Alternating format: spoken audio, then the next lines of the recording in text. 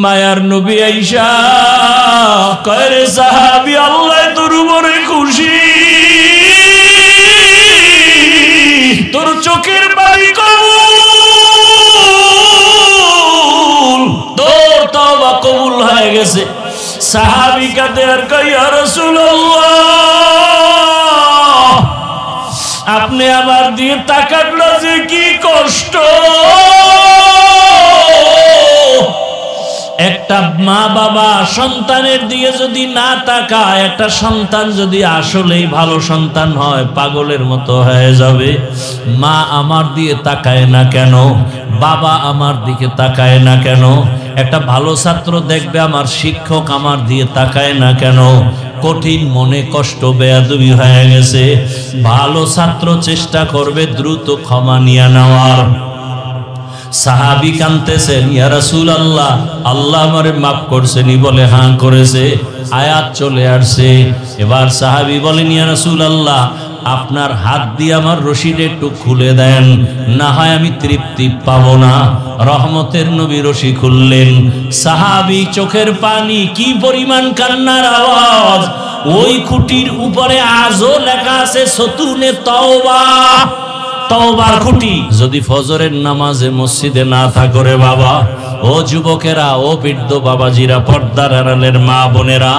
আরে বয়ান সারা জীবন করলেও কি লাভ হবে ভালো করে বুঝেন এতক্ষণ যে বয়ান শুনাইলাম একবারও আমি আপনাদেরকে টুপি দেওয়ার জন্য জোর তাকিদ দেই নাই আমি এ কথা কিন্তু বলি নাই তাবলিগে না গেলে জাহান্নামে যাবেন পীরের কাছে না গেলে জাহান্নামে যাবেন স্কুল কলেজ বাদ দিয়া মাদ্রাসায় ঢুকতে হবে একবারও বলি নাই বরং বলি ও যুবক বাবারা তুমি স্কুলে পড়ো কলেজে পড়ো চাকরি করো ব্যবসা করো তুমি যাই করো না কেন বাধা নাই তুমি ডাক্তার হও ইঞ্জিনিয়ার হও প্রফেসর হও এমপি মন্ত্রী হও ওসি ডিসি হও এসপি হও তবে দাবি আমার বেয়াদব হইও না রে বাবা অনেক বাবারা বলবা হাফিজ ভাই বেয়াদব হব না ডাক্তার হব তার ব্যাখ্যাটা কি হবে ব্যাখ্যা হলো তিন জায়গায় বেয়াদবি করবা না খোদার কসম করে বলি তিন জায়গায় বেয়াদবি যদি করো মরার আগে তুমি ধ্বংস হয়ে যাইবা এক নাম্বার জায়গা মা বাবা বেয়াদবি করলে মরার আগে তোমার জীবন ধ্বংস দ্বিতীয় জায়গা শিক্ষকের সাথে বেয়াদবি করলে তোমার জিন্দেগি বরবাদ তিন নাম্বার জায়গা ওলামায়ে কেরাম মুরব্বি এদের সাথে যদি বেয়াদবি করো মরার আগে জুতার বাড়ি তোমার শুরু হবে শান্তি কোথাও তুমি পাইবা না অতএব তুমি ডাক্তার হও ইঞ্জিনিয়ার হও প্রফেসর হও যাই হও না কেন মা বাবার দোয়া না নিয়ে চলিও না শিক্ষকের দোয়া নিয়ে চলো বেয়াদবি করিও না ওলামায়ে কেরামের দোয়া নিয়ে চলো বেয়াদবি করিও না রে বাবা পেছন থেকে তওবা করে নাও ও পর্দার আড়ালের মা বোনেরা এই এলাকায় আপনার মতো কত ভালো মা পর্দাওয়ালা মা আছে ও যুবক স্কুলে পড়ে কলেজে পড়ে চাকরি করে ব্যবসা করে তোমার মতো জেনারেল লাইনের কত যুবক নামাজি দাড়িওয়ালার অভাব নাই তুমি পারো না কেন রে বাবা তোমার কপালে না জানি কোন বরদোয়া লাগিয়ে গেল নাকি কোন সময় না জানি গোপনে মায়েরে গালি দিছো মা কষ্ট পেয়ে গেছে তোমার কপাল পুড়িয়ে গেছে কোন সময় জানি শিক্ষকের সাথে বেয়াদবি করেছো ওই শিক্ষকের মনে কষ্ট তোমার কপাল খারাপ দিল নরম হয় না চোখে পানি আসে না অন্তর এখনো নরম হয় না এখনো সময় আছে তওবা করো মনের একটা কথাই বুঝাও আমার মতো জেনারেল লাইনের যুবক যদি স্কুলে পড়ে চাকরি করে নামাজ পড়ে আমি কেন পারবো না ড্রাইভারি করে যুবক নামাজ ছাড়ে না তুমি কেন পারো না নদীর মধ্যে মাছ ধরে নামাজ পড়ে কৃষি কাজ করে নামাজ পড়ে র্যাব আর্মি পুলিশ বিডিআরের চাকরি করে নামাজি অভাব নাই তুমি কেন পারবা না পর্দার আড়ালের মা বোনেরা আপনার মতো কত মা আছে বেপরদায় চলে না মোবাইলে সময় নষ্ট করে না স্বামীর মাল হেফাজত করে খেয়ানত করে না একটা সন্তানকে আদর্শওয়ালা সন্তান বানাবার জন্য মা মেহনত করে মা আপনি কেন পারবেন না পেছনের গুনাহ থেকে আল্লাহর কাছে তওবা করেন, সন্তানটাকে ডাক্তার, ইঞ্জিনিয়ার, প্রফেসর বানান, বেয়াদব যেন না হয়। সন্তানের ব্যবহারে কোনো মা বাপ যেন কষ্ট না পায়, শিক্ষক যেন কষ্ট না পায়, উলামায়ে কেরামের অন্তরে যেন কষ্ট না যায়। এখনো সময় আছে, তওবা করেন। ও যুবকেরা, মনে মনে আমার আল্লাহকে ডাকো। মরিয়ে গেল আর নামাজ ছাড়বা না, দাড়ি কাটবা না, বেপরদায় চলবা না। আল্লাহকে বলো, হে আল্লাহ, জীবনে কত গুনাহ করেছি, মনের চাহিদা পূরণ করিয়া। মনে চাইছে নামাজ পড়বো না, পড়ি নাই। মনে চেয়েছে দাড়ি রাখবো না, রাখি নাই। মনে চাইছে সারা রাত মোবাইলে গুনাহ করব, করেছি। মনে চাইছে অন্যের উপরে জুলুম করব, করেছি। ও আল্লাহ, তুমি একবারও রাগ করে আমার উপরে পানি বন্ধ করো নাই, খানা বন্ধ করো নাই। ঘুমের ভেতরে কত মানুষ মরে যায়, পানিতে পড়িয়া কত যুবকের লাশ, ঘরের বিছানায় লাশ, গাড়ির নিচে কত মানুষ মরে যায়। ও আল্লাহ, তুমি যদি ঘুমের মধ্যে আমাকে মেরে ফেলতা, কেউ বাঁচাইতে পারতো না। আল্লাহ, তুমি আমাকে বাঁচায় রাখছো। আজকে থেকে তওবা করি, আর নামাজ ছাড়ব না। আলহামদুলিল্লাহ, الحمد لله الذي جعل الشمس والقمر بحسبان والنجم والشجر يسجدان وفضل زمانا على زمان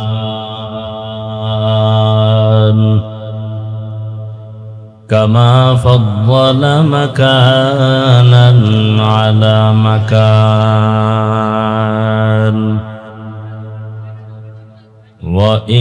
وإنسانا على إنسان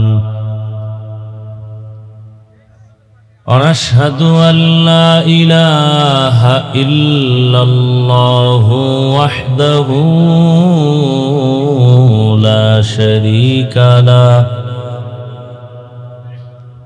لا ضد له ولا ند له ولا مثل له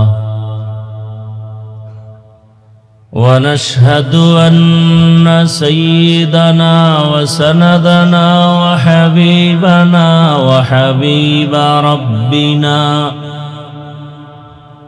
وطبيبنا وطبيب قلوبنا ومولانا محمدا عبده ورسوله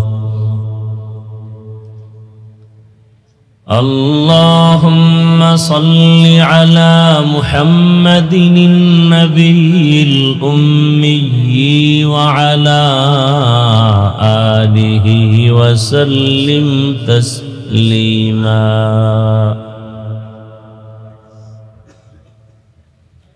وبعد فأعوذ بالله من الشيطان الرجيم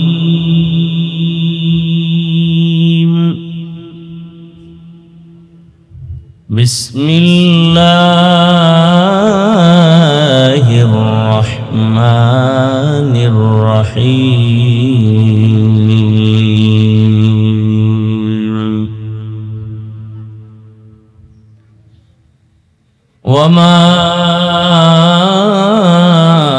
أرسلناك إلا رحمة للعالمين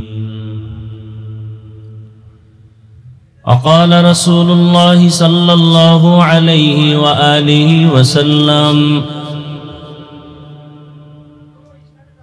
كل أمتي يدخلون الجنة إلا من أبى قيل من أبى قال من أطاعني دخل الجنة ومن عصاني فقد أبى صدق الله مولانا العظيم وصدق رسوله النبي الأمي الكريم ونحن على ذلك من الشاهدين والشاكرين والذاكرين والحمد لله رب العالمين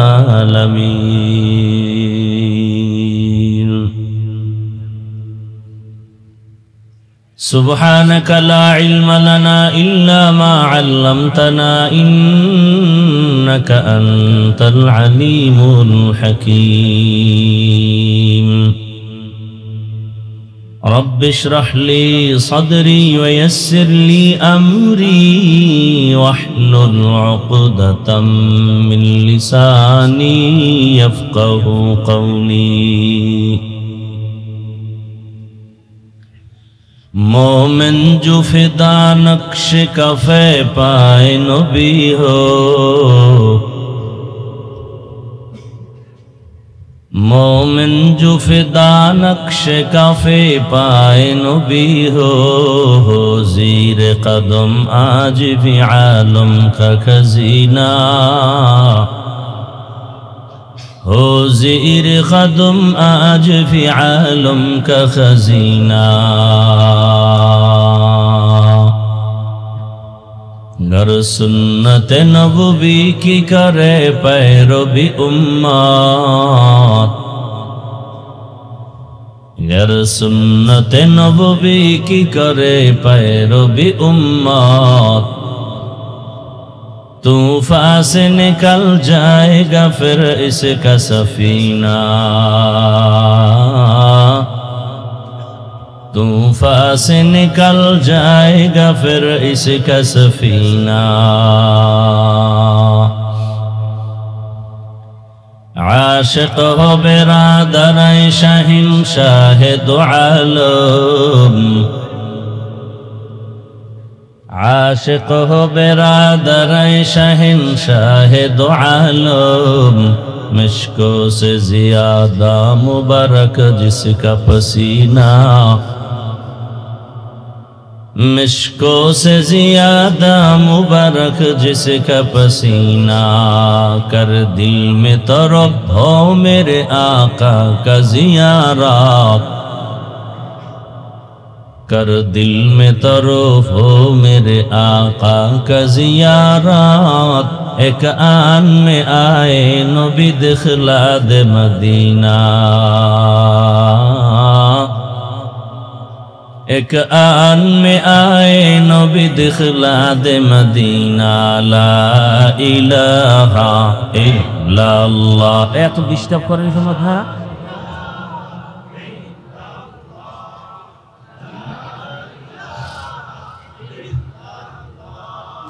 لا إله إلا الله لا إله إلا الله لا إله إلا الله لا إله إلا الله لا إله إلا الله لا إله إلا الله لا إله إلا الله لا إله إلا الله لا إله إلا الله لا إله إلا الله لا إله إلا الله لا إله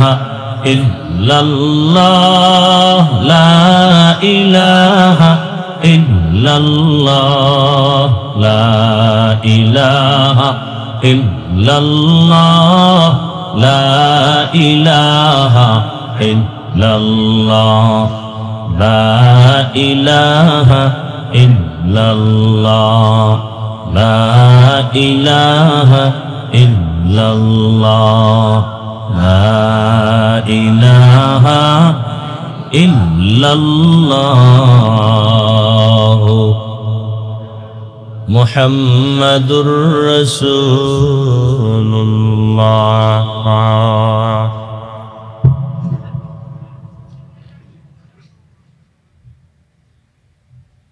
যারা সামনে বসছো তোমরা মোবাইল নিয়ে এভাবে করলে কি বয়ান হয়? তো মোবাইল নিয়ে থাকলে সাইডে যাও।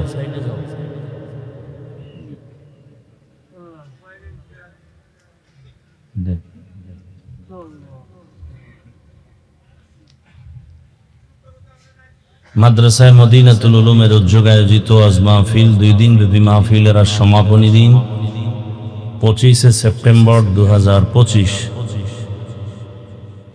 মহতি এ মাহফিলে উপস্থিত মুহতারাম সম্মানিত সভাপতি মুফতি জাকির হোসেন দামাত বারাকাতুহুম, অন্যান্য হযরত উলামায়ে কেরাম, অতিথিবৃন্দ, অত্র অঞ্চলের বিভিন্ন স্থান থেকে আগত আল্লাহ পাকের আশিকিন, জাকিরিন, শাকিরিন, মুহিব্বিন, মুরব্বিয়ান আযম, কলিজার টুকরা আমার সমবয়সী যুবক বন্ধুগণ, স্নেহের ছোট ভাই, পর্দার আড়ালে মা বোনেরা, আল্লাহ পাকের দরবারে শুকর জানলা আমাদেরকে সুস্থ রেখেছেন, আলহামদুলিল্লাহ। জীবনের অমূল্য এক সম্পদের নাম জীবনের সুস্থতা। আপনার টাকা পয়সা, বাড়ি গাড়ি সব আছে, কিন্তু আপনি অসুস্থ, আপনার জীবনের কোনো দাম নেই। আপনাকে চাকরিতেও নিবে না, ব্যবসায় নিবে না, এমনকি আপনার ঘরের যারা আপন এরাও আপনাকে দিন দিন ঘৃণার নজরে দেখবে। তাহলে সুস্থতা বড় দামি এক সম্পদ। আল্লাহ আমাদের এই সুস্থতাকে দায়েমান কবুল করেন। আর এই জীবনের সুস্থতার জন্য আল্লাহ পাক রব্বুল আলামিন এক মহামূল্যবান ফ্রি ঔষধ দিয়েছেন, ফ্রি। এবং এত বড় মহামূল্যবান এক ঔষধ পৃথিবীতে এর সমমানের কোনো ঔষধ কোনো ডাক্তার, কোনো বিজ্ঞানী আজও পর্যন্ত আবিষ্কার করতে পারেনি। ঔষধটা কে দিছেন? মুরব্বীরা চিল্লাচিল্লি করবেন না, আমি খুব কথা আমাকে বলার সুযোগ দেন, আপনারা বুঝার চেষ্টা করেন। আমি জিজ্ঞাসা করলে তখন আপনি জবাব দিবেন, না করলে চুপ থাকবেন। এখানে কিলাকিলি নেই, ঝগড়া ফাসাদ নাই, চুপচাপ বসে বয়ান শুনেন, বুঝেন। বয়ান আপনারা জানেন, মানেন না কেন? বুঝ দুর্বল। আমরা এখানে সব মুসলমান। আপনার নবী আমার নবী, আপনার আল্লাহ আমার আল্লাহ, আপনার কোরআন আমার কোরআন, আপনার হাদিস আমার হাদিস, আপনার কালেমা আমার কালেমা, আপনার ধর্ম আমার ধর্ম, সব এক। তাহলে আপনাকে বয়ান করব কেন? বয়ান তো হিন্দুদেরকে করব, খ্রিস্টানদেরকে করব, যারা আল্লাহ চিনে না, কোরআন বুঝে না, হাদিস বুঝে না। আপনাকে করব কেন? আমাকে কথা বলার সুযোগ দেন, চুপ করে থাকেন। আমি চিল্লাচিল্লি পছন্দ করি না। আমি কথা বলতেছি, যদি জিজ্ঞাসা করি এটা ঠিক না বা ঠিক, তখন আপনি বলবেন। এর আগে আপনার আওয়াজ দেন কেন?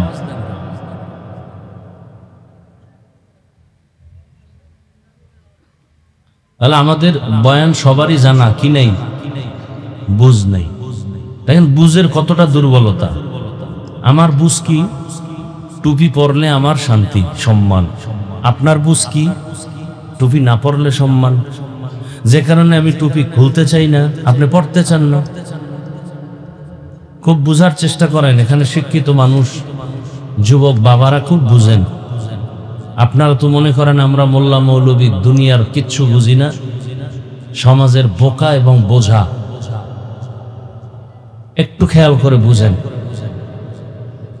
নিজেকে অনেক জ্ঞানী মনে করেন, বুদ্ধিমান মনে করেন, বুদ্ধিটা কাজে লাগান। একই পাত্র, পাতিলা, রান্না হচ্ছে, এক পাতিলে ভাত আর এক পাতিলে তরকারি, রান্না করে রাঁধুনি আমার মা। একই মশলা, একই আগুন, একই তেল,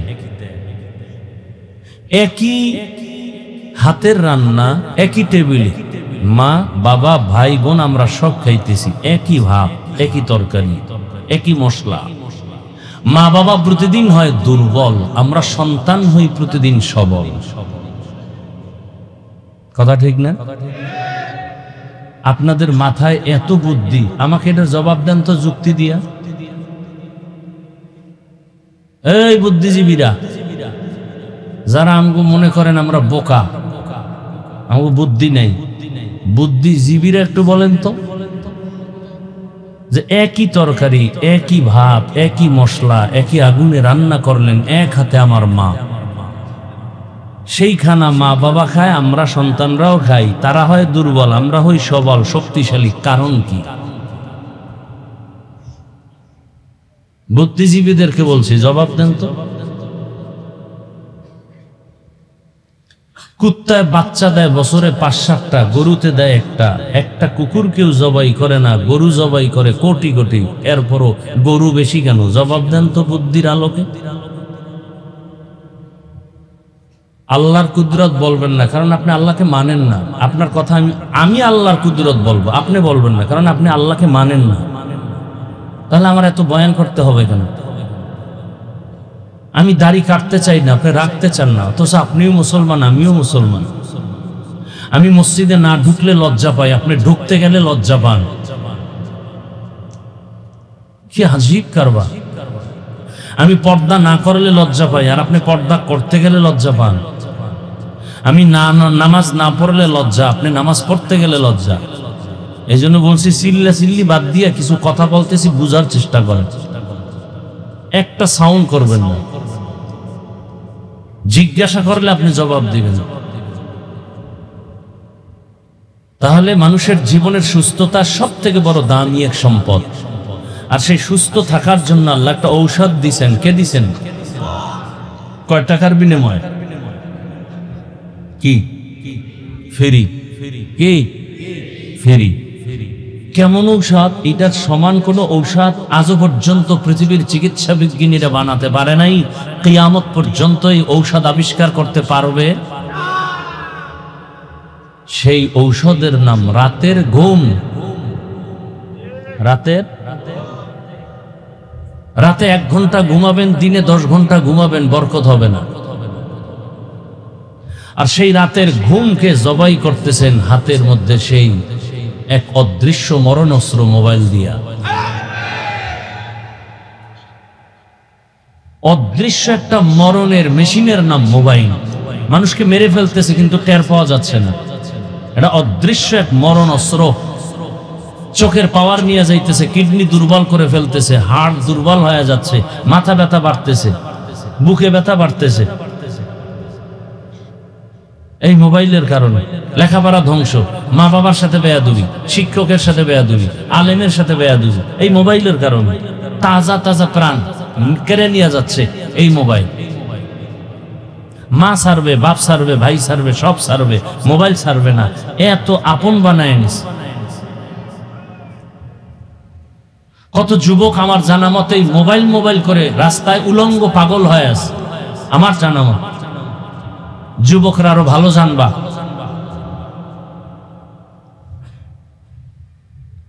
জিব্রাইল এসেও যদি এর বিরুদ্ধে বলে, সম্ভব না। কেউ ফিরবে না, বলবে না তোমার কথা দরকার নাই, প্রয়োজনে জাহান্নামে যাবে, তোমার সমস্যা কি? তারপরে আকাম সারা যাবে না। সারা রাত ঘরের মধ্যে রুমে রুমে মোবাইলে জেনা চলতেছে, জেনা, চোখের জেনা, হাতের জেনা, জবানের জেনা, অন্তরের জেনা। সারা ঘরের রুমে রুমে বাবা মোবাইল চালায়, মা মোবাইল চালায়, মেয়ে মোবাইল চালায়, ছেলে মোবাইল চালায়, সারা রাত। তাহলে অমূল্য সুস্থতার ঔষধ ঘুমকে নষ্ট করলো। এই আসছেন, আল্লাহ নিয়ে আসছেন, আপনার গায়ের জোরে কেউ এখানে আসতে পারেননি। কে নিয়ে আসছেন?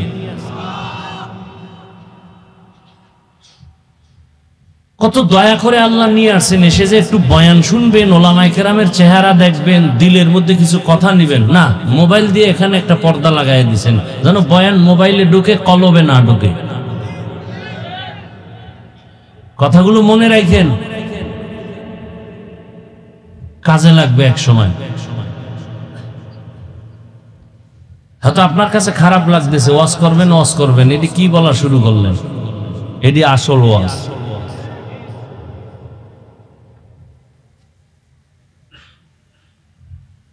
সন্তান মায়ের গায়ে হাত দিবে, বাবার গায়ে হাত দিবে, এটা কল্পনা করা যায়? আজকে মোবাইলের কারণে তা হচ্ছে। ছাত্র শিক্ষকের গায়ে হাত তুলতেছে,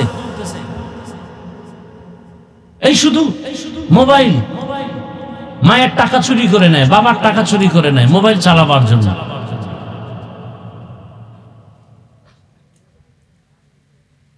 আল্লাহ আমাকে হেদায়েত দান করুন, আপনাদেরকেও আল্লাহ হেদায়েত দান করুন।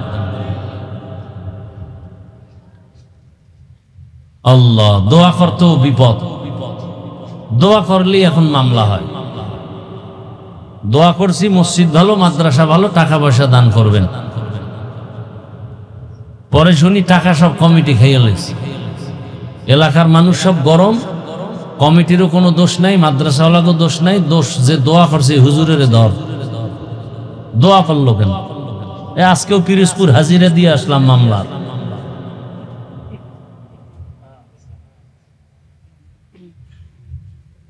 বাংলাদেশে কোন দিন সে আইন হবে যে মিথ্যা মামলা যারা করবে ওদের জন্য আলাদা 6 মাস জেল,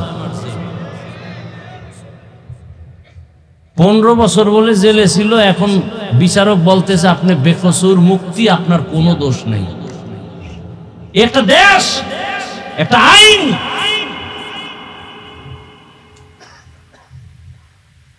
এটা আইন হলো। এজন্য ব্যানার টানাইবেন, যুবকদেরকে বলছি 500 টাকা 300 টাকা খরচ করে পেস্টুন বানায় বানায় বাজারে মোড়ে মোড়ে ছাড়ো। রসুলের আদর্শ ছাড়াই জমিনে খোদার কসম কোনোদিন শান্তি আসবে না, আসবে না, আসবে না। এই ব্যানার টানায় টানায় লেখো, পেস্টুন টানাও, এবং এই কথাও লেখো ব্যানারে, পৃথিবীর সবার আদর্শ না পাক, একমাত্র রসুলের আদর্শই হলো পাক। নাপাক আদর্শ দিয়ে দেশ নাপাক থাকবে, পাক হবে না।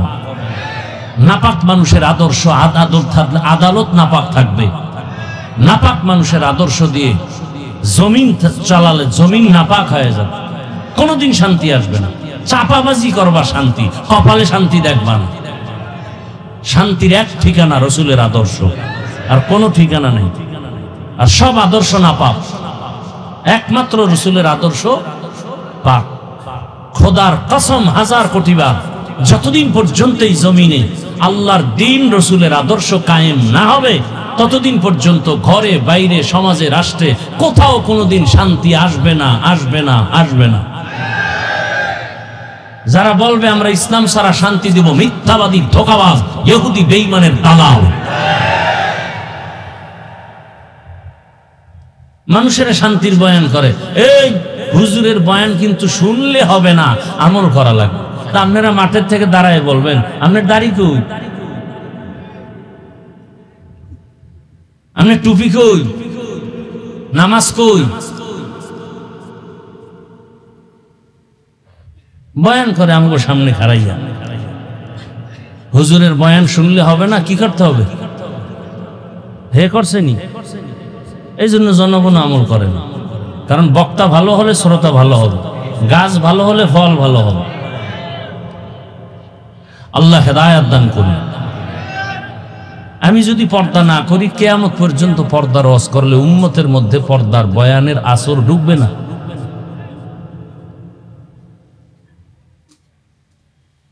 আল্লাহ সবাইকে হেদায়েতের দৌলত দান করে।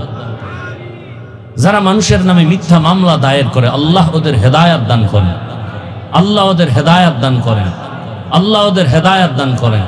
হেদায়েত না থাকলে ওদেরকে ধ্বংস করে দেন আল্লাহ, ওদেরকে ধ্বংস করে দেন আল্লাহ, ওদেরকে ধ্বংস করে দেন আল্লাহ। একটা মানুষের ইজ্জতের গ্যারান্টি নেই, ফট করে একটা মামলা দিল, কোনো তদন্ত নেই, কিচ্ছু নেই, 15 বছর পরে রায় আসতেছে, ওনার কোনো দোষ নেই।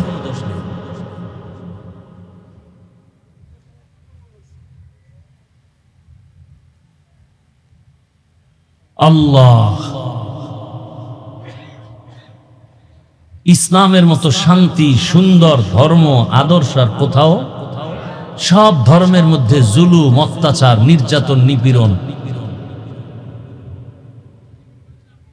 শুধু ইসলাম ধর্ম নিজে খায় না, অন্যকে খাওয়ায়। শুধু ইসলাম ধর্ম নিজের সম্মানের চিন্তা করে না, অন্যের সম্মানের চিন্তা করে। কোটি কোটি কোটি কোটি টাকা উলামায়ে কেরাম রোহিঙ্গাদেরকে দিয়েছে, আর যারা দিছে স্বার্থের জন্য দিয়েছে, সেখানে এনজিও করেছে, আরো কত কিছু করেছে।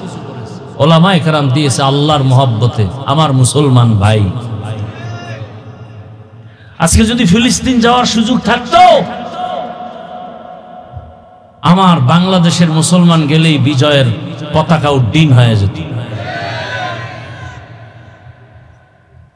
আমার বাংলাদেশের মুসলমানের ইমানি স্পিরিট অনেক বেশি, অনেক বেশি।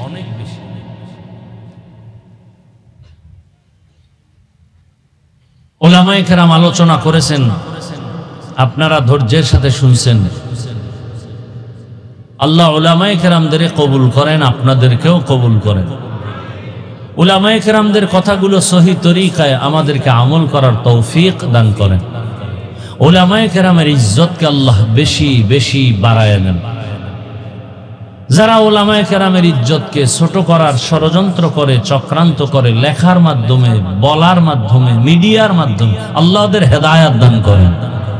তাদের হেদায়াত না থাকলে আল্লাহ তাদেরকে ধ্বংস করে দেন। আমি আপনাদের দোয়া নিতে আসছি এবং সংক্ষেপ দু চারটি কথা আপনাদের ধৈর্যের উপরে বলার নিয়তে কোরআনে হাকিমের এক আয়াত, রাসূলের একটি হাদিস পড়েছি। আল্লাহ বলেন, ওয়ামা আরসালনাকা ইল্লা রাহমাতাল লিল আলামিন। হে রাসূল করিম সাল্লাল্লাহু আলাইহি ওয়া আলিহি ওয়াসাল্লাম, আমি আপনাকে পৃথিবীতে প্রেরণ করি নাই, পাঠাই নাই। হ্যাঁ, পাঠিয়েছি জগৎ সমূহের রহমত হিসেবে। নবীজি বলেন, কুল্লু উম্মতি ইয়াদখুলুনাল জান্নাতা ইল্লা মান আবা, কিলা মান আবা, ক্বালা মান আতাআনি দাখালাল জান্নাতা ওয়া মান আসানি ফাকাদ আবা। দুনিয়ার সব উম্মত জান্নাতে যাবে। রাসূল বলেন, সব উম্মত কোথায় যাবে? ইল্লা মান আবা, যারা আমাকে মানে না তারা যাবে না। কিলা মান আবা, সাহাবায়ে কেরামদের মধ্যে কেউ বললেন, ইয়া রাসূলুল্লাহ, আপনাকে মানে না তারা কারা? জবাব খেয়াল করেন, প্রশ্ন কি? রাসূল আপনাকে মানে না যে তারা কারা? নবী জবাবটা কিভাবে দিলেন? নবী বললেন, ক্বালা মান আতাআনি দাখালাল জান্নাহ, যে আমার অনুসরণ করবে সে জান্নাতে যাবে। ওয়া মান আসানি ফাকাদ আবা, যে আমার বিরোধিতা করবে সে জাহান্নামে যাবে অস্বীকার করার কারণে। ভালো করে বুঝেন, সব উম্মত জান্নাতে যাবে, যারা রাসূলকে মানে না তারা জান্নাতে। সাহাবায়ে কেরামের প্রশ্ন, ইয়া রাসূলুল্লাহ, আপনাকে মানে না কারা? নবীজি ডাইরেক্ট জবাব না দিয়ে খুব ঘুরায় বললেন, দয়া দিয়া বললেন, কারণ সে রহমতের নবী তো, দয়ার নবী তো, কথার মধ্যে আগে দয়া দেখাইছেন। কি দয়া?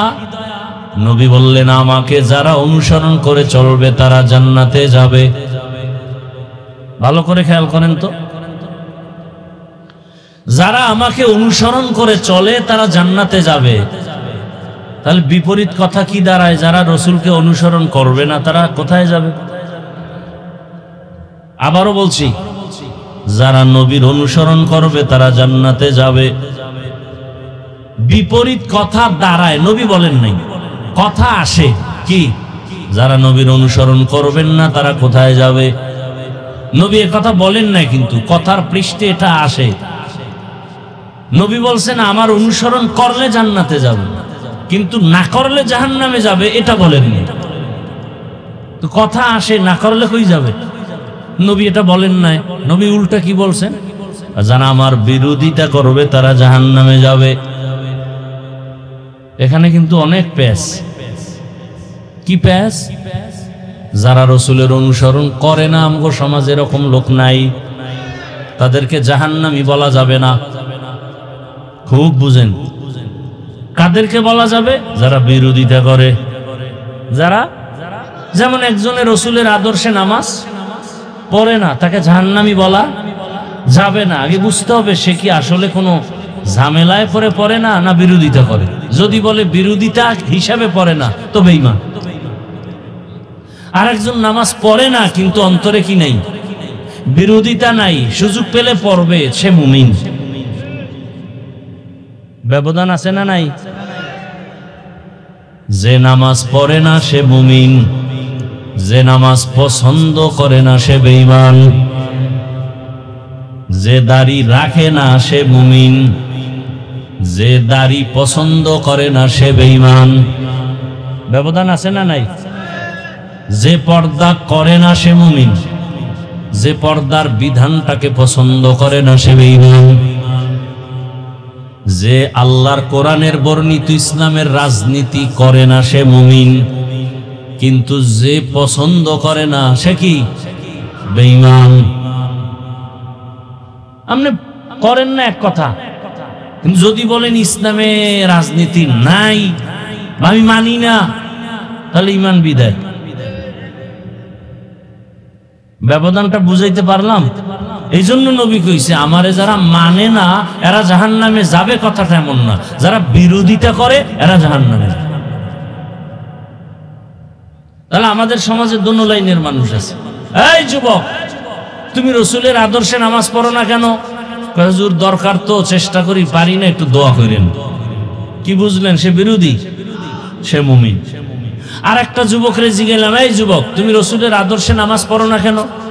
ঠাস করে আমাকে বলে ফেললো, না পড়লে অসুবিধা কি? কি বুঝলেন? বিরোধী না দরদি? তাজা বেঈমান। কি বেঈমান? তাজা বেঈমান। নামাজ না পড়া আর পছন্দ না করা কি এক? বুঝ। সবকিছুর মূলে কি? বুঝ। আমি বুঝছি, আপনি বুঝেন নাই, প্যাঁচ লাগাই দিচ্ছেন। সবকিছুর মূলে বুঝের অভাব। কিসের অভাব? বুঝের অভাব। এজন্য রহমতের নবী বলেন, মান ইউরিদিল্লাহু বিহি খায়রান ইউফাক্কিহু ফিদ্দীন। আল্লাহ যারে বেশি মহব্বত করেন, ভালোবাসেন, তাকে দ্বীনের সমঝ দান করেন, সহিহ বুঝ দান করেন। তখন বান্দা বুঝতে গিয়া না বুঝলেও মেনে নেয়। আল্লাহরে দেখি না, মানি না, ওর বুঝ। আর একজন আল্লাহর বান্দা বলে, না দেখলো আল্লাহ মানি নিলে, আসমানকে বানাইলেন, জমিনকে বানাইলেন, সূর্যকে বানাইলেন, না দেখলো মানি। আমার বুঝ, আমি টুপি না দিলে আমার ক্ষতি হবে, আপনার বুঝ টুপি দিলে ক্ষতি হবে। এই কারণে পাও ধৈর্য ধৈর্য বয়ান করার পরেও আপনি টুপি পড়তে চান না,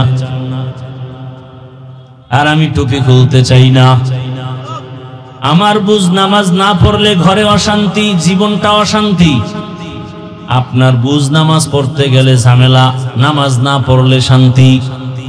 যে কারণে হাজারবার বয়ান করলো নামাজ পড়তে চান না, শুধু অজুহাত অজুহাত। কি ভাই চলেন, আজান হইছে, নামাজ পড়বেন না? নামাজ কি পড়বো? কবরের চিন্তায় অস্থির হয়ে গেছে, একা কেমনে থাকবো?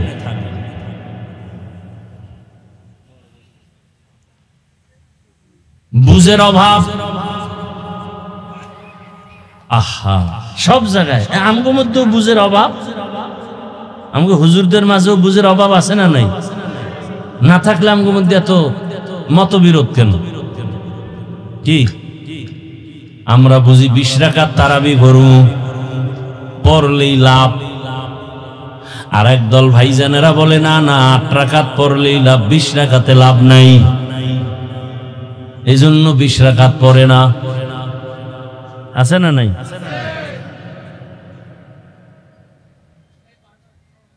বড় কঠিন হাল। আবার আমরা কেউ বুঝি দুনিয়াদারের পেছনে ঘুরলে আমাকে অনেক লাভ, আবার কেউ বুঝি না ওদিকে গিয়ে কোনো লাভ নাই, যত লাভ দেখি তত ক্ষতি। তত কি ক্ষতি? হুজুর গেছে লাভের জন্য, এখন ক্ষতির কারণ হয়ে গেছে। আমি মনে করি না খাইয়া মরে যাব, হারাম খাবো না, ক্ষতি। আর একজন মনে করে হারাম খাইলেই বড় লাভ, অন্যের টাকায় বাড়ি করলে লাভ, অন্যের টাকা চুরি কইরা জুলুম কইরা আমি যদি বাড়ি গাড়ি বানাই অনেক লাভ। কিন্তু শেষ ফল নিজের মেয়ে ছেলেরাও তাকে ভালো জানে না। কয় মাইশের টাকা খাইছো, খুব মজা লাগছিল, বুঝো জেলখানায় ঢুকছে, বুঝো। এমন কি এখানে আপনারা শিক্ষিত সমাজ বাবারা বাসায় গিয়ে যদি আপনার স্ত্রীকে বলেন আমি যে কামাই রুজি করে তোমাকে খাওয়াই, কিন্তু গরিবের বেতন মারা টাকা, আল্লাহর কসম করে বলি আপনার বিবি যে লাইনের হোক না কেন, আপনার বিবি বলবে না খাইয়া থাকবো, হারাম টাকা ঘরে আনবা না। আপনি যদি বলেন বাবা, ছেলেরে যদি বলেন আমি মানুষের জবাই করে টাকা আনছি, মানুষের পিটাইয়া টাকা আনছি, জুলুম করে এই টাকার ভাত, ছেলে বলবে বাবা সারা জীবন কাটাবো কিন্তু জালেমেরে বাপ ডাকবো না। আর আপনার বুঝ কি, ওটা খাইলেই লাভ, হারাম খাইলেই লাভ, কিন্তু কই কয়দিনের লাভ, শান্তি তো নাই। আর আল্লাহর রসুলের আদর্শ এখনো যারা লালন করে গো, এখনো শান্তি, পিছেও শান্তি, সামনেও। চেয়ারম্যানের চেয়ারের মেয়াদ শেষ, এমপির মেয়াদ শেষ, কিন্তু রসুলের আদর্শওয়ালা কোরআনওয়ালাদের চেয়ারের কোনো মেয়াদি নাই। শেষ হবে কি? মেয়াদি নেই। মহামারী করোনার কথা ভুলে গেলে হবে না রে বাবা, গোটা দুনিয়াটাকে অন্ধকার বানায় দিল। সব মাস্তানেরা আসমানে তাকায় বলে জমিনের বাহাদুরি শেষ। ইতিহাস ভুলে যাবা না রে যুবকেরা, ওই সময় কিন্তু কুলাঙ্গার দুই শিক্ষিত ছেলে বাবারে ধরছে করোনায়, নিজেরা দুই কুলাঙ্গার শিক্ষিত সন্তান, কুলাঙ্গার ট্রিপল মাস্ক লাগায় বসে আছে, বাবার লাশের কাছে যায় না, করোনা। এলাকার কিছু গরিবের টাকা দিয়ে কয় লাশটা টেনে রাস্তায় ফেলে দিয়ে আসো। বাবার লাশ রাস্তায় ফেলে দিল, জানালা লক করে দিল, তাকায় দেখলো না লাশ কি কুকুরে খেলো না জানাজা হলো। ইতিহাস ভুলবা না, ওই সময় আমার দেশের টুপিওয়ালা উলামায়ে কেরাম শত শত করোনার লাশ নিজের কাঁধে নিলেন, গোসল করালেন, কাফন পরালেন, জানাজা পরালেন, কবরে রাখলেন। একজন হুজুরেও করোনায় মরে নাই।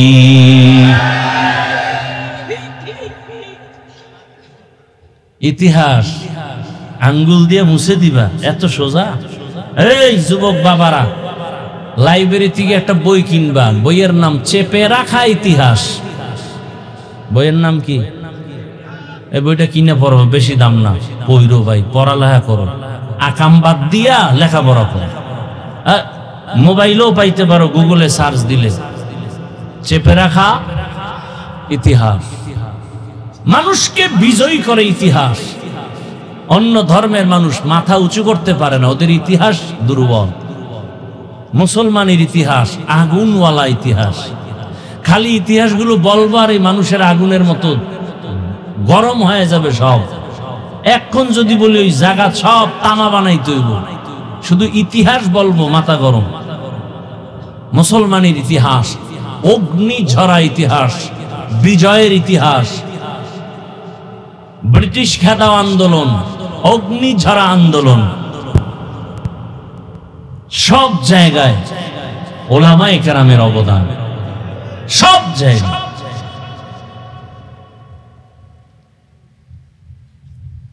ভাইরা আমার,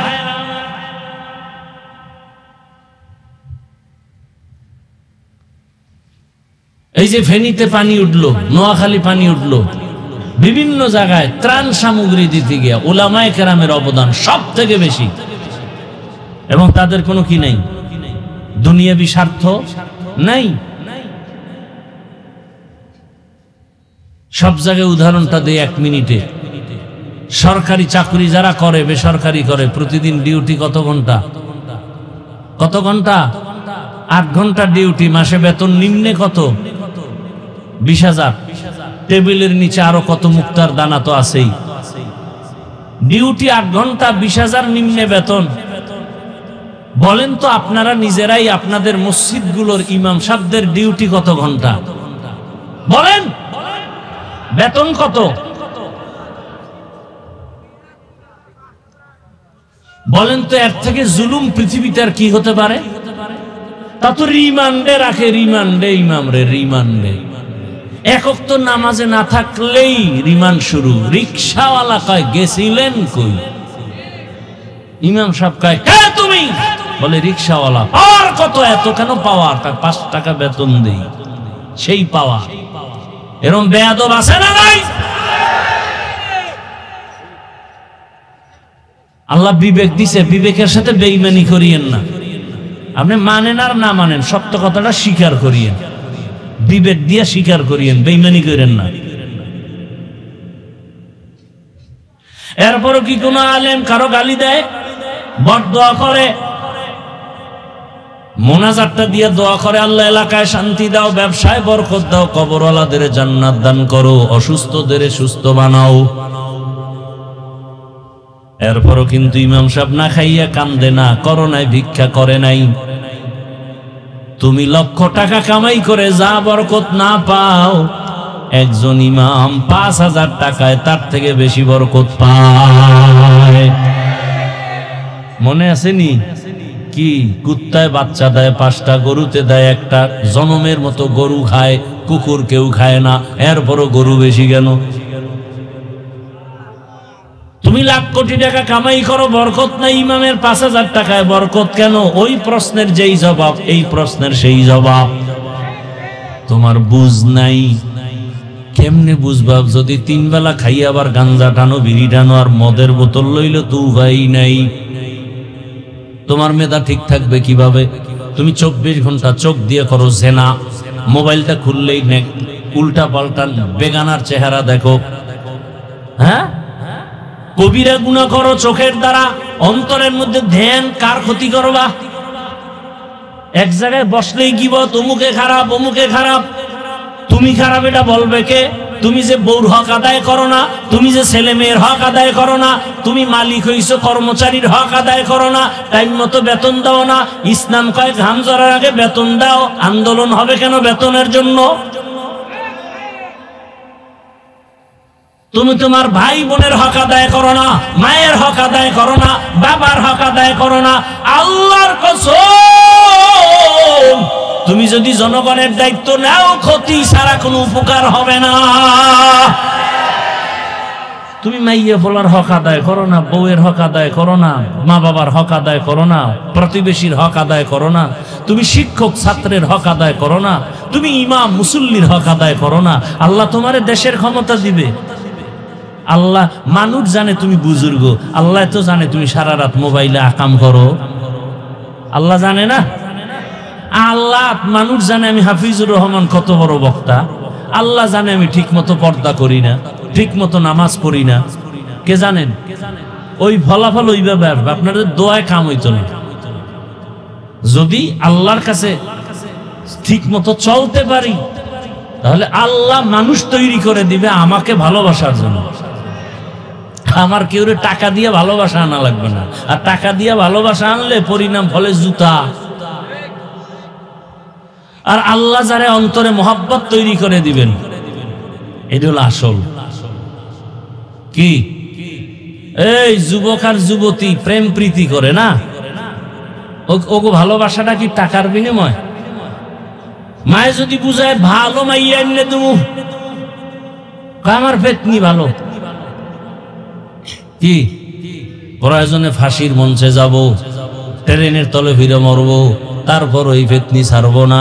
মা তোমারে ছাড়তে রাজি, বাবারে ছাড়তে রাজি, সব ছাড়বো, এই মেয়েকে ছাড়বো না। মেয়ে বলে ছেলেরে ছাড়বো না। এটা টাকার ভালোবাসা? হ্যাঁ, এই ভালোবাসা টাকা দিয়ে হয় না। ভালোবাসায় মানুষ অন্ধ হয়ে যায়। ভাইরা আমার, দুনিয়া বুঝলে আখেরাত কেন বুঝো না? আল্লাহ বুঝ আমাদের সহি বুঝ দান করে। বুঝ ঠিক হয়ে গেলে আর বেশি বয়ান লাগবে না, ঠিক না? একজনের বুঝটা ঠিক হয়ে গেলে সে যদি স্কুলে পড়ে, দেখবেন দাড়ি রেখে দিছে। বিষয় কি রে, স্কুলে ফিরে দাঁড়িয়ে রেলি, আমার বুঝ হয়ে গেছে, এটার মধ্যেই শান্তি। বুঝটা ঠিক হয়ে গেলে কলেজের প্রফেসর নামাজ শুরু করে দিছে।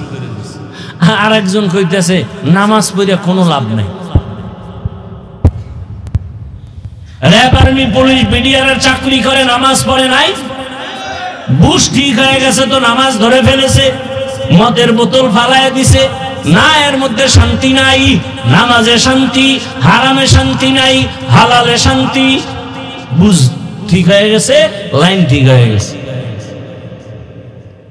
দুনিয়ার মানুষ দিন বদলায়, দিন ব্যানার টানায়, পত্রিকায় স্লোগান দেয়, দিনকে বদলে দাও। কি বদলে দাও? দিনকে বদলে দাও। আর সমস্ত আলেমের কাজ হলো না না, কিয়ামত পর্যন্ত দিন বদলালে উন্নতি আসবে না, দিল বদলাও, দিল দিল দিল। কি বদলাও? দিল বদলাও, দিলকে বদলে দাও। যখন দিলের রং বদলে যাবে তখন দিন এমনিই বদলায় যাবে। এই একটা লোক সিনেমা হলে সারা দিন রাত্র ছবি দেখে, এরকম একটা লোক যদি নামাজ নাই, আজান শুনে, তখনও গান শুনে, এই লোকটা যদি দেখেন হঠাৎ মসজিদে এসে নামাজ পড়ে, আপনারা কি জুতা দিয়ে পিটাইবেন? হ্যাঁ, আপনারা যে ভাবসাব দেখাইতেছেন যে একটা লোক অন্যায় করলে আর তওবার দরজা খোলা নাই, এই ভাব লইয়া বইয়া রয়েছেন আমার দেশের মানুষ অধিকাংশ। অমুকে অন্যায় করছে, এর আসতে দেওয়া যাবে না। আরে তওবার দরজা খোলা আছে না, তো বান্দারে মাফ করবে আল্লাহ। আপনি কে?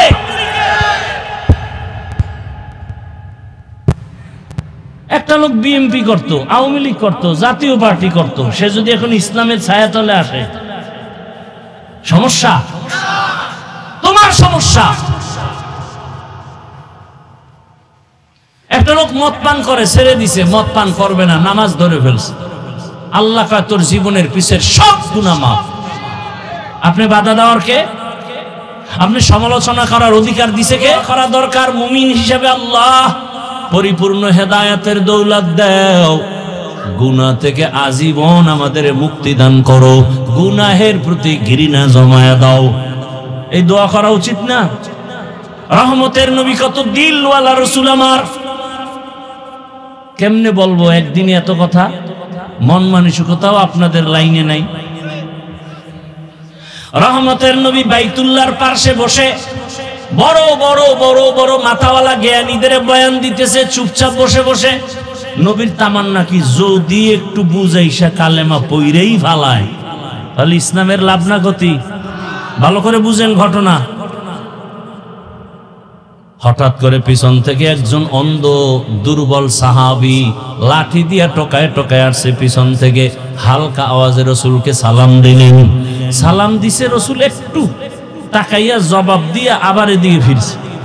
সাহাবী অনেকক্ষণ পর্যন্ত একটা কোনায় গিয়া চুপচাপ বসে আছে, রসুলের মোহব্বত করে, সম্মান করে, বেয়াদবি যেন না হয়, কিন্তু আল্লাহর কাছে পছন্দ হয় নাই। দয়াময় আল্লাহ জিব্রাইলের পাঠায় খায়, যাও রসুলকে তাড়াতাড়ি আমার ওই অন্ধ সাহাবীর দিকে তাকাইতে বলো, ওদিকে নজর দিতে বলো, ওই মাথাওয়ালার দাম আমার কাছে মোটেও নাই। জিব্রাইল আইসা আয়াত শুনাইয়া দিল, আবাসা ওয়া তাওয়াল্লা আন জাআহুল আ'মা। এজন্য কাবিলিয়তের দাম নাই, কবুলিয়তের দাম। যোগ্যতা তো আছে আপনার, অনেক ডিগ্রি ফিগ্রির অভাব নাই, কিন্তু আপনি মায়ের সাথে করেন বেদবি, বাবার সাথে বেদবি, শিক্ষকের সাথে বেদবি, আপনি যোগ্যতার সার্টিফিকেট দিয়ে পানি খাবেন? কাবিলিয়তের দাম নাই, কবুলিয়তের দাম। যোগ্য ব্যক্তি আছে অনেক, কিন্তু অভিজ্ঞতা নাই, এজন্য মানুষের কাছে গ্রহণযোগ্যতা নাই। আর একটা সাধারণ মানুষ শিক্ষাগত যোগ্যতা কম, কিন্তু দিল ভালো, মানুষের আপন বানায় নেয়, সবাই তারে ভালোবাসে, নম্র ভদ্র, ব্যবহার অনেক সুন্দর, মানুষ তাকে গ্রহণ করে। ওর যোগ্যতা কি পরিমাণ লেখাপড়া করছে ও দেখার দরকার নেই, লোকটার ব্যবহার ভালো, আদব আছে, নম্রতা আছে, ভদ্রতা আছে, এটা আমাদের ভালো মানুষ। ভাইরা আমার, আল্লাহ বললেন, হে রাসূল আমি দুনিয়াতে আপনাকে পাঠাই নাই, হ্যাঁ পাঠিয়েছি জগৎ সমূহের রহমত করে। জগৎ সমূহ এখানে অনেকে তরজমা করে উভয় জগতের জন্য রহমত হিসেবে, আমি তরজমা করেছি জগৎ সমূহের রহমত হিসেবে। উভয় জগৎ বলতে বোঝায় দুনিয়ার জগৎ, পরকালের জগৎ। আসলে তো আরো জগৎ আছে। রুহের একটা জগৎ আলাদা, মায়ের গর্ভের একটা জগৎ আলাদা, দুনিয়ার জগৎ আলাদা, হাসরের মাঠের আগে আরেকটা জগৎ আছে বরজাখ, অর্থাৎ মরার পরে হাসরে উঠার আগের যেই জগৎটা, এটা হাসরের জগৎ না, এটা আলমে বরজাখ বলে। ভাইরা আমার, হাসরের মাঠের এক জগৎ, জান্নাতে ঢুকলে আরেক জগৎ, জাহান্নামে ঢুকলে আরেক জগৎ। সব জগতের জন্য আল্লাহ বলেন আমি হলাম রব, রাসূল আপনি হলেন রহমত। আমি হলাম রব্বুল আলামিন, আপনি হলেন রহমাতুল লিল ইমামুল আউয়ালিন আল আখিরিন বাহরে সাদকা রাহমাতাল লিল আলামিন সাইয়্যিদুল কাউনাইন খাতমুল মুরসালিন আখির আমদ বুদ ফখরুল আউয়ালিন। আপনাদেরকে বয়ান যা শুনাইতেছি, চোখে যা দেখতেছেন, এটা তো মানা উচিত। যেটা আপনার বিশ্বাস হয় না কিয়ামত কবে হবে না হবে, সেটা একটু আপনাকে বুঝানোর বা বুঝের একটু সময় দরকার। আপনি যদি তাকায় দেখেন যে আসলে যারা রসুলের আদর্শ মাইনে চলে, এরা জেনারেল লাইনে থাকলেও তো খুব সম্মানে আছে, কি নাই? তা আপনার মানতে সমস্যাটা কোথায়? আপনার দিন বদলাইলেও দিল বদলায় নাই। ওয়াজ মাহফিল হলো দিল বদলের মার্কাজ, খানকা। দিলকে বদলাও। এটা কোন থানা? চিতলমরি থানার মধ্যে এলাকার একটা যুবকের ধৈর্য পুলিশে নিয়ে গেছে, থানায় নিয়ে দিছে বেতের বাড়ি। কোনো চোখে পানি নেই, কান্না নাই। বুঝেন ভালো করে, বুঝ। থানায় নিয়ে এমন ভিড়া লাগাইছে, কোনো কাঁদে না। এরকম গন্ডার নাই, এমন ফিডে দিছে, কোনো কান্না মান্না নাই। কিন্তু সেই লোকটা ওয়াজের প্যান্ডেলে আইসা 200 হাত দূরে বসার পর অনেক আল্লাহওয়ালারা যখন বয়ান করেন তখন হাউ মাউ করে কান্না করে। বলেন জ্ঞানীরা, বুদ্ধিজীবীরা, ওরে মারলো কে? আল্লাহ বলে মারছে। এত বড় একটা দোষ আল্লাহরে দিয়ে দিলেন। হ্যাঁ রে আবেগ। থানায় নিয়ে পিটায়, কাঁদে না। ওয়াজের প্যান্ডেলে বসিয়া অনেক দূরে বৈশা এক যুবক হাউমাউ করে কান্না করে। চিন্তা করেন তো, ওরে ফিডাইয়াও কান্না আনা যায় না, আর ওয়াজের প্যান্ডেলে কাঁদতেছে। বুঝেন এই প্যান্ডেলের দাম কত? কত দাম এই প্যান্ডেলে? এটা এখন আল্লাহ পাকের আরশে আজিমে বেহেশতের বাগান। যতক্ষণ এই প্যান্ডেলটা থাকবে, প্যান্ডেল মানে কি, মজলিসটা থাকবে, ততক্ষণ অনবরত রহমত অবতীর্ণ হবে। সুবহানাল্লাহ। না জিভ দিয়ে খালি গীবত করবেন, গালাগালি করবেন, বিড়ি টানবেন, তো সুবহানাল্লাহ আসবে কিভাবে? গীবত করা হারাম, গালি দেওয়া হারাম, মিথ্যা বলা হারাম। আমি বক্তা বয়ে বয়ে হারাম কাজ করতেছি, এক জায়গায় বইলেই গীবত, মিথ্যা। নিজের দোষের কোনো শেষ নাই। নিজে বউর হক আদায় করি না, এ নিয়ে চিন্তা নাই, এ দোষের চিন্তা কি করবে? সন্তানের হক আদায় করি না, আমি ইমাম মুসল্লির হক আদায় করি না, আমি বক্তা শ্রোতার হক আদায় করি না, আমি টিচার শিক্ষক ছাত্রের হক আদায় করি না, এ নিয়ে কথা বলবে কে? বইলেই অমুকে খারাপ, অমুকে খারাপ। আমি যে এত খারাপ, এ চিন্তা কখন করব? এজন্যই তো ওমরে ফারুক রাদিয়াল্লাহু তাআলা এই মোনাজাতটা দিয়েই দিমু, দিয়া তো দিমু, বাকি এখনই দিয়ে দিমু, ডিস্টার্ব করলি। উঠা বসার ব্যারাম থাকলে ঢুকছেন কেন? কত মানুষ এই যে সাইডে দাঁড়ানো আছে, পিছন দিয়ে যায়, যদি বিড়িটা নেই আমি দেখবো, ঝামেলাও নেই, ওর বিড়িটাই না, আবার শুনবো, ঝামেলা নেই। ভিতরে ঢুকছেন কেন আর বের হন কেন? নিজের ক্ষতি কেন করেন? অন্যের ক্ষতির কারণ কেন হন? ভালো মানুষ হইতে পারলেন না? রহমতের নবী বলেন খায়রুন নাস, ভালো মানুষকে জানোনি? মাইয়ানফাউন নাস, দুনিয়াতে ভালো মানুষ ওই ব্যক্তি যার দ্বারা অন্যের উপকার হয়, কেউ ক্ষতির মধ্যে পড়ে না, এ হলো ভালো মানুষ।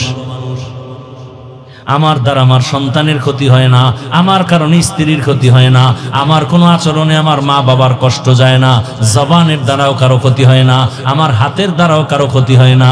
বুঝা গেল রসুলের হাদিস মতে আমি ভালো মানুষ। যদি আমার দ্বারা ক্ষতি না হয়, আমার হাতের দ্বারা, আমার লেখার দ্বারা, আমার কথার দ্বারা, আমার চাহনির দ্বারা। এই যারে দেখা দেওয়া জায়েজ নাই, একটা বেগানা নারী তুমি দেখতেছো, তাকাইয়া তাকাইয়া চোখ দিয়া তার ইজ্জত নষ্ট করতেছো চোখের দ্বারা, কথা ঠিক না? তুমি চোখ দিয়ে জেনার মজা নিতেছো, তার ইজ্জত নষ্ট করতেছো। বাস, তাহলে আমার দ্বারা, আমার চোখের দ্বারা অন্যের ক্ষতি, জবানের দ্বারা অন্যের ক্ষতি, হাতের দ্বারা অন্যের ক্ষতি, গীবতের দ্বারা অন্যের ক্ষতি, মিথ্যা বলার দ্বারা অন্যের ক্ষতি। দেখেন তো কতটা ক্ষতির মধ্যে আমি আছি। এখানে বহু আল্লাহর বান্দারা মাঠে ময়দানে আছেন, আপনার আচরণে আপনার মা বাবা কি কষ্ট পায় নাই? স্ত্রী এটা তো খালি লাডি রেডি, কথা কইলি বিসমিল্লাহ ছাড়া। তাহলে এবার বুঝেন তো, আপনি নিজের ঘর সামলাইতে পারেন না। আপনি ভালো মানুষ তো আপনার স্ত্রীর কাছে ভালো হইলেন, আপনি ভালো। আপনি সন্তানের কাছে ভালো বাবা হয়েছেন। যেদিন সন্তানের কাছে ভালো বাবা হতে পারবেন, যেদিন স্ত্রীর কাছে ভালো স্বামী হতে পারবেন, যেদিন ছাত্রদের কাছে আদর্শ শিক্ষক হতে পারবেন, যেদিন মুসল্লিদের কাছে উত্তম ইমাম হতে পারবেন, তখন আপনি ধারণা করবেন আপনি ভালো। এর আগে ভালো ধারণা করবেন। কিন্তু আমরা তো ডিগ্রি লাগাই, আমার নামটা বড় করে পোস্টারে দাও, আল্লামা লাগাও, ডিগ্রি বাড়াও। এই জন্য আবু হুরায়রা রাদিয়াল্লাহু তাআলা আনহুর হাদিস, কিয়ামতের ময়দানে সবার আগে 3 ব্যক্তি জাহান্নামে যাবে। সবার আগে 3 জন কই যাব? সবার আগে 3 জন জাহান্নামে। একজন হবে, যেই 3 জনের ব্যাপারে দুনিয়ার জ্ঞানীরা বলে সে বিনা হিসাবে জান্নাতি। এই মধ্যে একজন হলো গলা কাটা, ইসলাম টিকায় রাখার জন্য যে শহীদ হয়ে গেছে, সে সবার আগে জাহান্নামে। আর একজন মাওলানা আলেম, জাহান্নামে সবার আগে। আর একজন দান সৎকার করছে মাদ্রাসা মসজিদে, জাহান্নামে যাবে, একেবারে জাহান্নাম। এই জন্য কি আবার দান সৎকার করবেন না? কি কোন শহীদ যাবে জাহান্নামে, কোন আলেম যাবে জাহান্নামে, কোন দানবীর যাবে, এটা আবার ভিন্ন আলোচনা। দেখে আপনারা ইখলাস নিয়ে দান করবেন, অল্প দান করলেও কোটি টাকার বরকত। বরকতের ওয়াজ করছি না শুরুর থেকে? কোটি টাকা আর ইমামের 5,000 টাকায় বরকত আছে না নেই? আছে। আপনি যদি হালাল টাকা থেকে 5 টাকা দেন, এটার অনেক বরকত। এ মাদ্রাসা কইডা মাদ্রাসা, বিশাল মাদ্রাসা, আপনাদের অনুদানে চলবে। আচ্ছা, এই দানের রাস্তা যদি আল্লাহ বন্ধই করে দিতেন, কোরআন হাদিসে যদি দানের ফজিলত না থাকতো, তাহলে যারা আলেম ওলামা হইছে এরা নাইলে কিলটিল খাইয়ে জান্নাতে যেত। আপনাকে উপায় কি?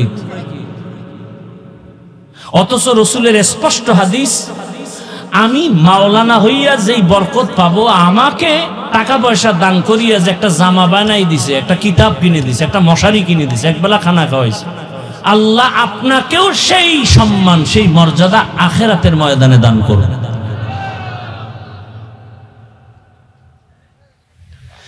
একজন আলেমের সাথে কোনোভাবেই যদি আপনি সম্পর্ক রাখেন, আল্লাহ আপনাকে জান্নাত দিয়ে দেবে।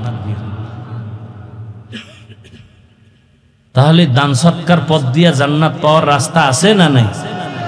এজন্য বেশি বেশি করবেন, বারবার করবেন না, একবার, বারবার করবেন, বেশি বেশি করবেন, তো আল্লাহ বারবার দিবেন, বেশি বেশি দিবেন। রাজি আছেন না? কি রাজি আছেন না? বেশি বেশি দান করবেন, আল্লাহ কবুল করেন।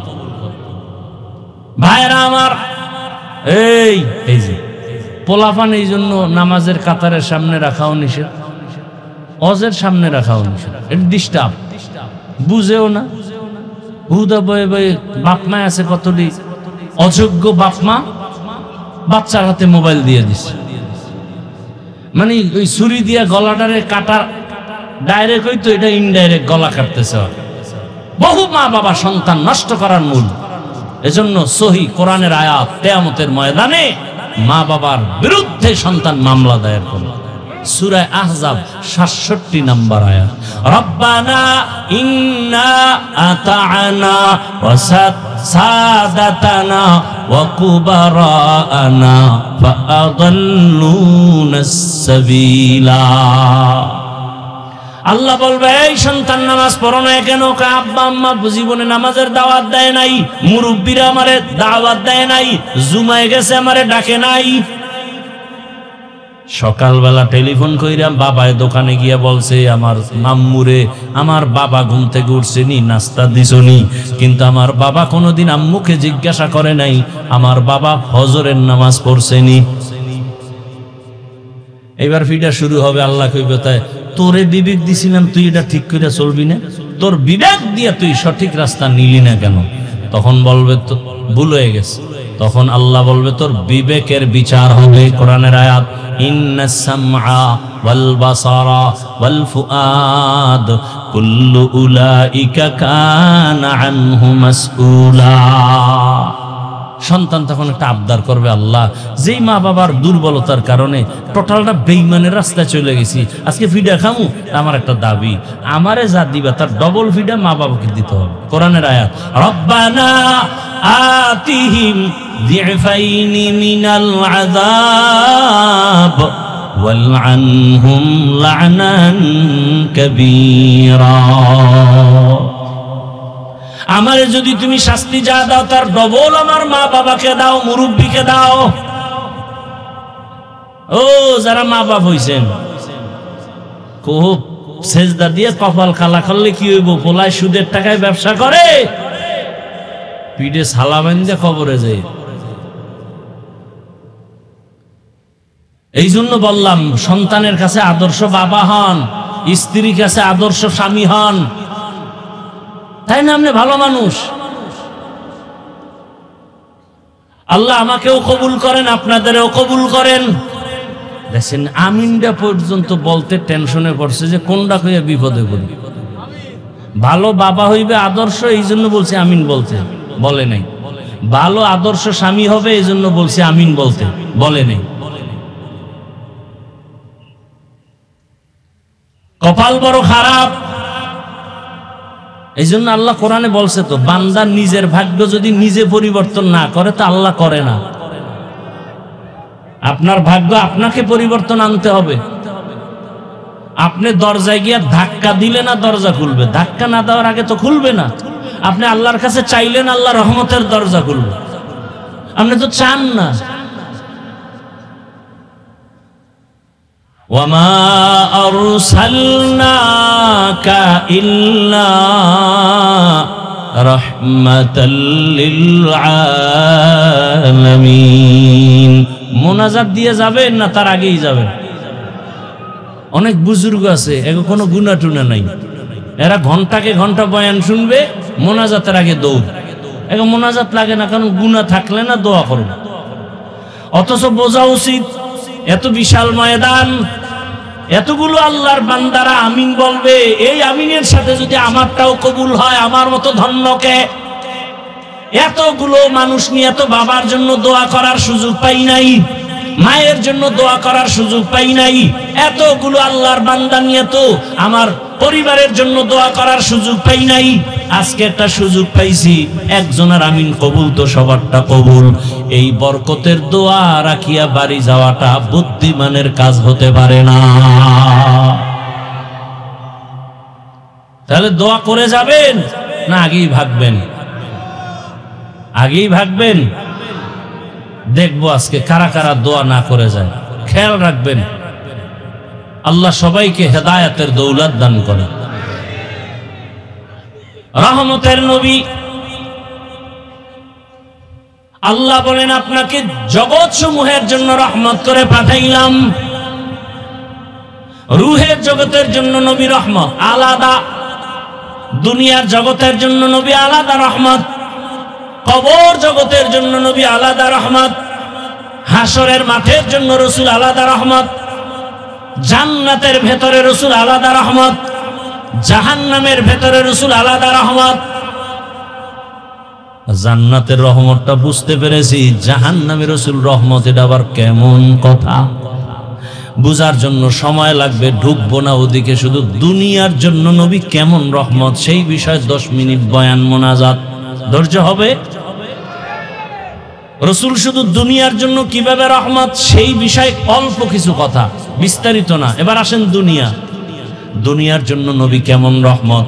কয় রাসূল শুধু মুমিনের জন্য আলাদা রহমত, বেঈমানের জন্য আলাদা রহমত, নারীদের জন্য আলাদা রহমত, পুরুষের জন্য আলাদা রহমত, আরবীদের জন্য রহমত, আজমিদের জন্য রহমত, জঙ্গলের প্রাণীদের জন্য নবী আলাদা রহমত, সমুদ্রের প্রাণীর জন্য নবী আলাদা রহমত, উড়ন্ত পাখির জন্য নবী আলাদা রহমত, ফেরেশতার জন্য নবী আলাদা রহমত, আসমানের জন্য নবী রহমত, জমিনের জন্য নবী রহমত। ওই যে গাছ দেখেন, গাছের জন্য এক একটা পয়েন্ট আছে, প্রত্যেকটা পয়েন্টে একটা ঘটনা টানতে হবে। নবী গাছের জন্য কিভাবে রহমত বলতে গেলেই ঘটনা চলে আসবে। নবী খেজুর গাছে ট্যাক লাগাইয়া জুমার খুতবা দিতেছেন, মরা খেজুর গাছ, তাজা না মরা? রহমতের নবী সাহাবায়ে কেরাম অনুরোধ করলেন, ইয়া রাসূলুল্লাহ, নতুন মিম্বর একটা বানাইয়া খুতবা পড়েন, এটা বাদ দেন। বুখারী শরীফের ঘটনা। নবী সাহাবাদের অনুরোধে এবার ওই খেজুর গাছের মিম্বর বাদ দিয়া নতুন বানাবেন। রহমতের নবী যখন নতুন মিম্বরের অর্ডার দিয়ে দিলেন, বুখারীর ইবারাত, সাহাবায়ে কেরাম গিয়া নবীকে বলেন, ইয়া রাসূলুল্লাহ, মানুষ যেমন কানলে আওয়াজ হয় খেজুর গাছ থেকে, মরা গাছ থেকে তেমন কান্নার আওয়াজ কানে আসতেছে। বিশ্বাস হয়নি? দলিলের ওয়াজে বইয়া লাভ নাই, হয় বিশ্বাস হয়। ভাইরা আমার, নবী গেলেন, গিয়া বললেন, খেজুর গাছ কাঁদো কেন? ইয়া রাসূলুল্লাহ, খেজুর গাছ কথা বলতেছে। ইয়া রাসূলুল্লাহ, আপনার বিরহের বেদনায় কান্না করি। বলো কি চাও? আমি কি দোয়া করে দেব তুমি তাজা হয়ে যাও? তোমার ভেতরে খেজুর আসবে, এলাকার উম্মত সবাই তোমার খেজুর নিবে, খাবে, দোয়া করবে। কয় না না না না, তো কি চাও? খেজুর গাছ বলে, ও রহমতের নবী, আমার এখানে জানাজা পড়াবেন, এখানেই দাফন করে দিবেন। হাসরের ময়দানে আমি জান্নাতে আপনার সাথে থাকতে চাই। ও গো নবীর উম্মতেরা,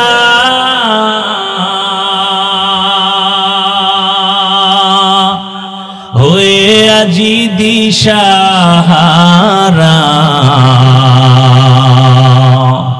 কোরআন হাদিসের চলো যখন যাহা চায় মনে, নবী বিনে কে তরবে পুলসিরাত মিজানে, নবী বিনে কে তরবে পুলসিরাত মিজানে। উম্মতের কান্ডারি নবী,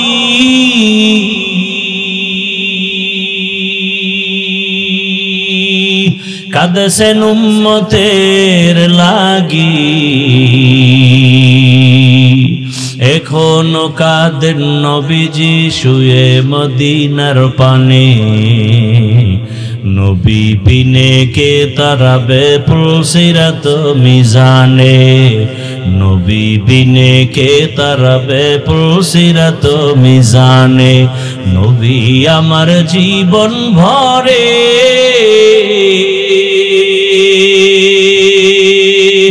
দিনের লাগি কষ্ট করে,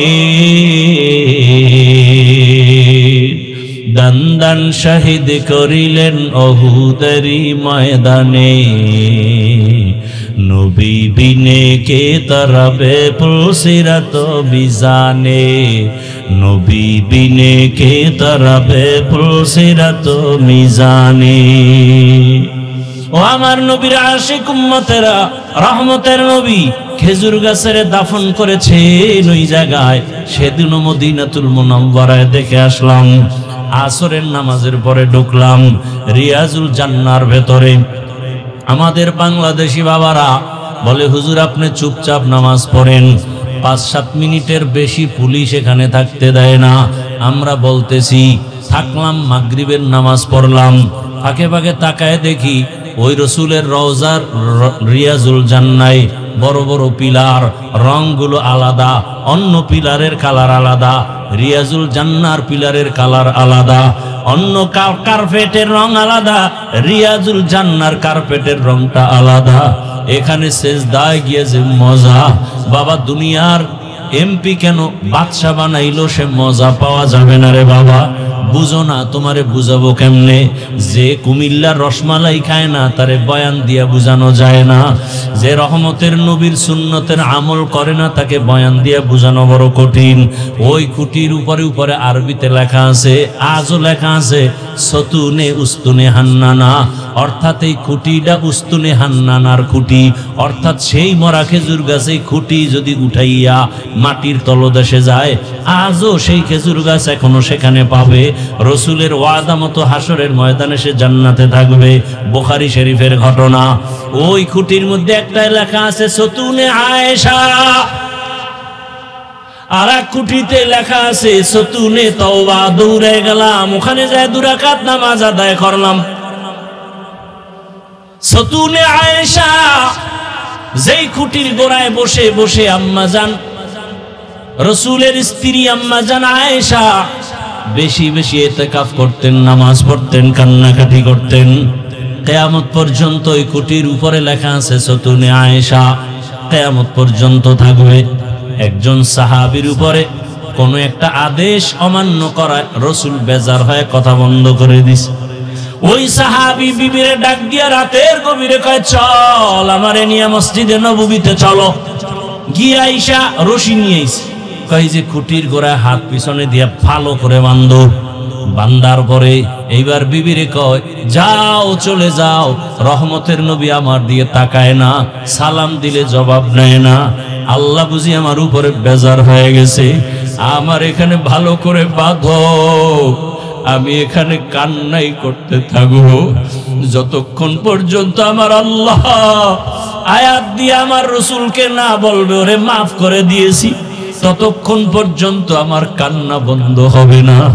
সাহাবী ওই খুঁটির গোড়ায় স্ত্রী এমন শক্ত করে বেঁধে রাখছে রশি দিয়া, সাহাবী কাঁদতেছে, রসুল তাকায় না, দেখে না। দীর্ঘ সময় কানলো, 1 দিন 2 দিন, অনেক দিন। এক পর্যায়ে আল্লাহ কয়, জিব্রাইল যাও যাও আয়াত নাজিল করে দাও, ওই খুঁটির গোড়ায় যে সাহাবী কান্না করে ওরে মাফ করে দিলাম। রসুলের জানায় দাও, কিল মাআসি ইয়া হাইয়ু ইয়া হালিমু ইয়া আজিজু ইয়া কারীম বিহাক্কি ইয়াকা না'বুদু ওয়া ইয়াকা নাস্তাঈন। আয় আল্লাহ, তওবার দরজা খুলিয়া তাকায় দেখো, আমরা তওবার নিয়তে হাত উঠাইয়া দরওয়াজায় হাজির, আপনার দরওয়াজায় ফিরিয়ে আসছি। কত উলামায়ে কেরাম, কত মুরব্বী, হাজী সাহেব, ব্যবসায়ী, চাকরিজীবী, কত মা বোনেরা, কত যুবক, কত ছাত্র ভাইরা হাত তুলেছেন। ও আল্লাহ, আমরা শয়তানের ধোকায় গুনাহ করিয়েই ফেলছি। মনে হয় গুনার কারণে আমার মতো খারাপ এই মজলিসে কেউ নাই। আমার হাত 2টা গুনার কারণে নাপাক, গুনার কারণে আমার জিহ্বা নাপাক, আমার অন্তর নাপাক, আমার চোখ নাপাক। এই হাতের দ্বারা কত অন্যায় করে ফেলেছি, জবানের দ্বারা কত অন্যায় করেছি, চোখের দ্বারা কত অন্যায় করেছি। আমার গুনার খবর আমার মা বাবা ভাই বোনেরা জানলে কেউ আমারে আপন মনে করত না, খারাপ জানতো। ও আল্লাহ, আপনি তো জানেন আমি কত গুনাহগার। আয় আল্লাহ, আপনি জানার পরেও সম্মানের রাস্তা থেকে ফালাইয়া দেন নাই, খানাও বন্ধ করেন নাই, পানিও বন্ধ করেন নাই রে আল্লাহ। আমরা লজ্জিত হইয়া তওবা করতে আসছি, আর গুনাহ করব না রে আল্লাহ, আর নামাজ ছাড়বো না, দাড়ি কাটবো না, বেপরদায় চলবো না, মা বাবার সাথে বেয়াদবি করব না, শিক্ষকের সাথে বেয়াদবি করব না, উলামায়ে কেরামের সাথে বেয়াদবি করব না, নবীর সুন্নাত অনুযায়ী জীবনকে চালাবো। আমাদের তওবা কবুল করে নেন। আয় আল্লাহ, তওবার উপরে মজবুত হইয়া চলার তৌফিক দান করেন। মা বোনদের আবেদা পর্দাওয়ালা বানায় দেন, সন্তানগুলো নেককার দিনদার